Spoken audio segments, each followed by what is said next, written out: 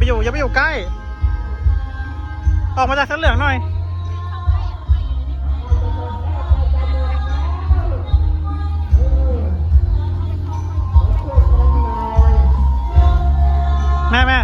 แม่หลบอยู่งั้นแหละตันเธอจับลูกไว้ดิ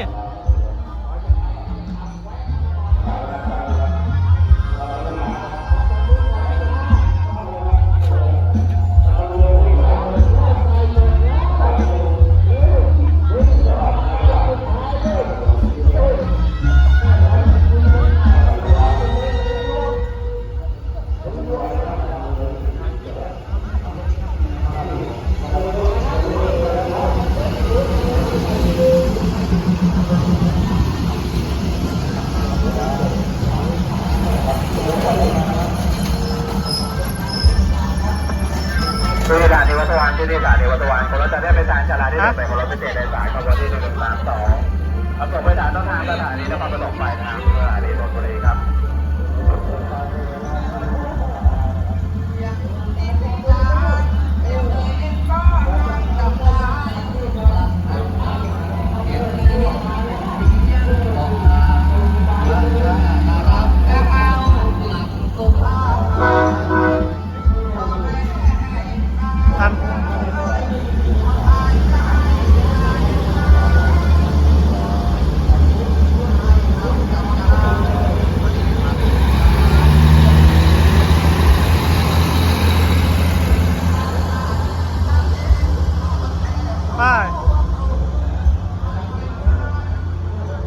แม่ดูรถไฟทางซ้ายด้วยนะ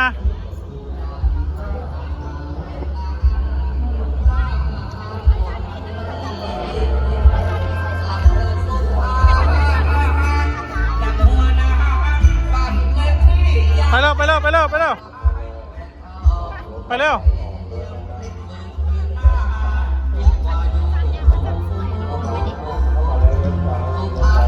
ไปเร็วเร็วไปสักทีเถอะ